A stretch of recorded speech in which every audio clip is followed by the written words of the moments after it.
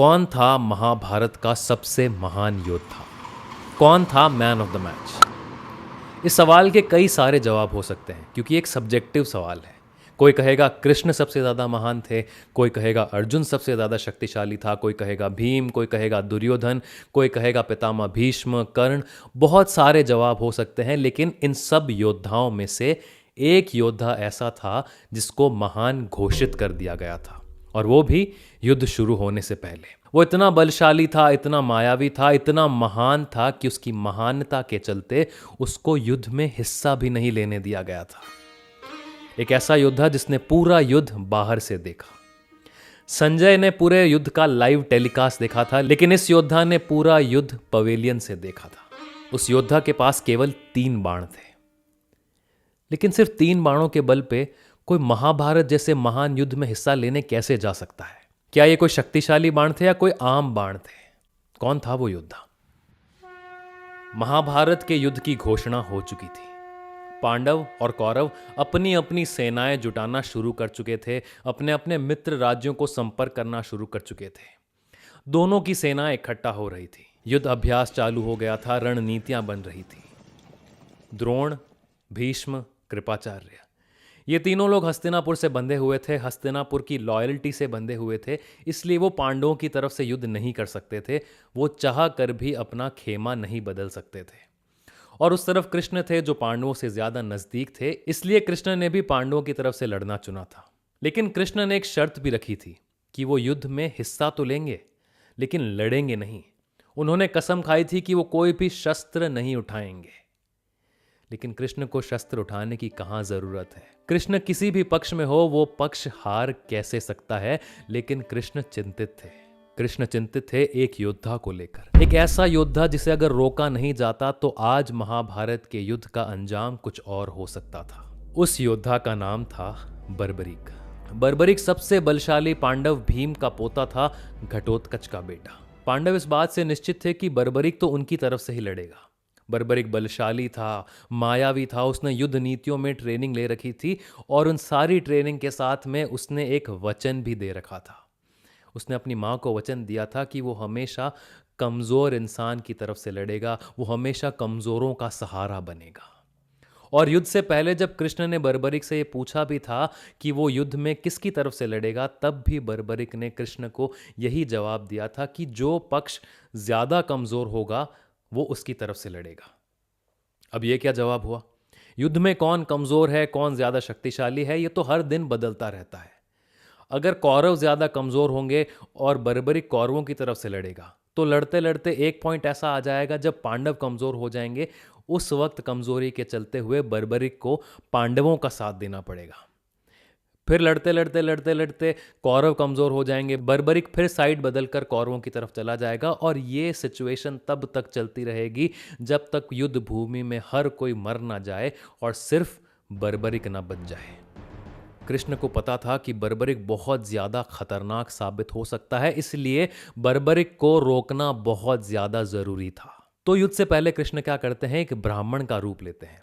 ब्राह्मण का रूप लेकर कृष्ण बर्बरीक से मिलने जाते हैं। उस वक्त बर्बरीक कुरुक्षेत्र की तरफ चला आ रहा था। बर्बरीक के पास 3 बाण थे। कृष्ण ने बर्बरीक को रोका और बर्बरीक से पूछा कि तुम कुरुक्षेत्र की तरफ युद्ध करने जा रहे हो, लेकिन तुम्हारे पास तो केवल 3 बाण हैं, और महाभारत के युद्ध में तो बड़े बड़े योद्धा आएंगे, बड़े बड़े अस्त्र, बड़े बड़े शस्त्र लेकर। तुम इन 3 बाणों के बल पे क्या ही कर लोगे? उस वक्त बर्बरीक ने उन 3 बाणों का रहस्य कृष्ण को बताया। बर्बरीक ने बताया कि जो पहला बाण है, इस बाण से मैं उन सब चीज़ों को मार्क कर देता हूं जिसको मुझे ध्वस्त करना है। ये जो दूसरा बाण है, इस बाण से मैं उसको मार्क करता हूं जिसको मुझे बचाना है। और ये जो तीसरा बाण है, पहले बाण के द्वारा मार्क किए गए टारगेट को जाकर हिट करता है और वापस मेरे पास लौटकर आ जाता है। कृष्ण को इस बात पर भरोसा नहीं हुआ। कृष्ण बर्बरीक को टेस्ट करना चाहते थे, तो कृष्ण ने सामने लगे एक पेड़ पर इशारा किया और बर्बरीक से कहा कि इस पेड़ की सारी पत्तियों को एक साथ में निशाना लगाकर मुझे दिखाओ। बर्बरीक मुस्कुराता है, कमान पर तीर चढ़ाता है और तीर छोड़ देता है, और कृष्ण की नजरों के सामने ही वो बाण एक एक पत्ते को चीर कर कृष्ण की तरफ तेजी से चला आ रहा था। कृष्ण ये देखकर घबरा जाते हैं और घबराहट में एक कदम पीछे कर देते हैं। कृष्ण जैसे ही अपना कदम पीछे करते हैं वो बाण सीधा कृष्ण के पैर के पास जाकर लगता है। कृष्ण देखते हैं कि उनके पैरों के नीचे उसी पेड़ का एक पत्ता गिरा हुआ था और वो बाण जाकर सीधा उस पत्ते पर लगा। कृष्ण समझ गए थे कि बर्बरिक कितना भयंकर है और उसके ये तीनों बाण कितने भयंकर है, इसीलिए उसको रोकना जरूरी है। यहां पर कृष्ण बर्बरिक से एक बलिदान मांगते हैं। पूरे महाभारत की कहानी बलिदानों से भर रखी है। पितामह भीष्म ने अपने पिता के लिए बलिदान किया, एकलव्य ने अपने गुरु के लिए बलिदान किया, गांधारी ने अपने पति के लिए बलिदान किया, लेकिन जो बलिदान बर्बरिक ने किया उस बलिदान की बात नहीं की जाती है। कृष्ण ने बर्बरिक से उसके सर का बलिदान मांगा। बर्बरिक ने बिना कुछ कहे, बिना कुछ सोचे अपना गला काट के कृष्ण के चरणों में रख दिया। यह सब करके बर्बरिक ने कृष्ण से एक फेवर भी मांगा। बर्बरिक ने कृष्ण से कहा कि आप मेरे सर को ले जाकर युद्ध क्षेत्र के एक ऐसी जगह पर रख दीजिए जहां से मैं पूरा युद्ध देख सकूं। तो कुरुक्षेत्र की जो सबसे ऊंची पहाड़ी थी उस पहाड़ी पर ले जाकर बर्बरिक का सर रख दिया जाता है। जब बर्बरिक से संवाद करके, बर्बरिक से बलिदान लेकर कृष्ण वापस पांडवों के खेमे में पहुंचे तो सबने कृष्ण से सवाल किया कि आखिर आपने ये किया क्यों। उस वक्त कृष्ण ने जो बात कही वो बात आज तक वैलिड है। कृष्ण कहते हैं कि अधर्म करने वाला आदमी खतरनाक होता है, लेकिन अधर्म करने वाले से भी ज्यादा खतरनाक वो लोग होते हैं जो किसी का पक्ष नहीं लेते, जिनको पता नहीं होता है कि क्या सही है क्या गलत है, कौन सही है कौन गलत है, कौन धर्म की तरफ है कौन अधर्म का साथ दे रहा है। इनडिसाइसिव लोग सबसे ज्यादा खतरनाक होते हैं। बर्बरिक को पता था कि पांडव धर्म की तरफ है, फिर भी बर्बरिक ने न्यूट्रल रहना चुना। न्यूट्रल रहने वाले लोग सबसे ज्यादा खतरनाक होते हैं, इसीलिए बर्बरिक को रोकना जरूरी था। युद्ध शुरू हुआ। 18 दिनों के उस लोमहर्षक संग्राम में लाखों लोग मरे, कौरवों की हार हुई, पांडवों की जीत हुई, लेकिन जीत के बाद भी किसी को यह नहीं समझ में आ रहा था कि आखिर युद्ध का नतीजा क्या था, कौन सबसे सही तरीके से लड़ा, कौन था उस युद्ध का मैन ऑफ द मैच। इस बात को डिसाइड करने के लिए सब लोग बर्बरिक के पास जाते हैं। कुरुक्षेत्र की सबसे ऊंची पहाड़ी पर उसका सर रखा हुआ था, जहां से वो पूरे कुरुक्षेत्र को, पूरे महाभारत के युद्ध को देख रहा था। जब बर्बरिक से जाकर पूछा गया कि सबसे ज्यादा अच्छे से युद्ध किसने किया, सबसे महान योद्धा कौन था इस युद्ध का, तो बर्बरिक ने जवाब दिया, कृष्ण। कृष्ण? लेकिन कृष्ण तो इस युद्ध में थे ही नहीं।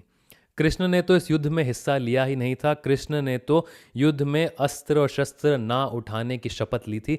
तो कृष्ण सबसे ज्यादा महान योद्धा कैसे हो सकते हैं? बर्बरिक ने कहा कि मुझे कुछ नहीं पता, मैं तो जहां से युद्ध को देख रहा था मुझे पूरी युद्ध भूमि में केवल कृष्ण का सुदर्शन चक्र दिखाई दे रहा था। जब भी युद्ध भूमि में कोई सैनिक मर रहा था तो उसकी जगह कृष्ण मर रहे थे। जब युद्ध भूमि में कोई सैनिक किसी दूसरे सैनिक को मार रहा था तो कृष्ण मार रहे थे। अश्वत्थामा के घावों में से जो रक्त और पीप बह रहा था तो उसकी जगह कृष्ण बह रहे थे।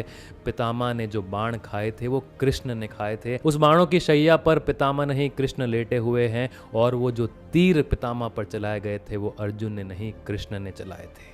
इस पूरी युद्ध भूमि में केवल और केवल कृष्ण थे। जीवन कृष्ण है, मृत्यु कृष्ण है, हर तरफ देखो जहां कृष्ण है। आप जो मुझसे सवाल कर रहे हो वो कृष्ण है, और मैं जो जवाब दे रहा हूं वो भी कृष्ण ही है। कृष्ण इस बात पर मुस्कुरा देते हैं।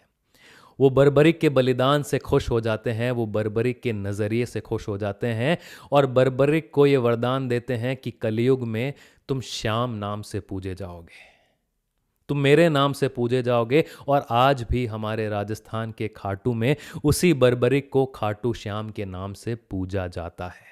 बर्बरिक ने हमेशा कमज़ोरों का साथ दिया, वो कमज़ोरों का सहारा थे, इसीलिए आज भी यही नारा चलता है कि हारों का सहारा बाबा श्याम हमारा।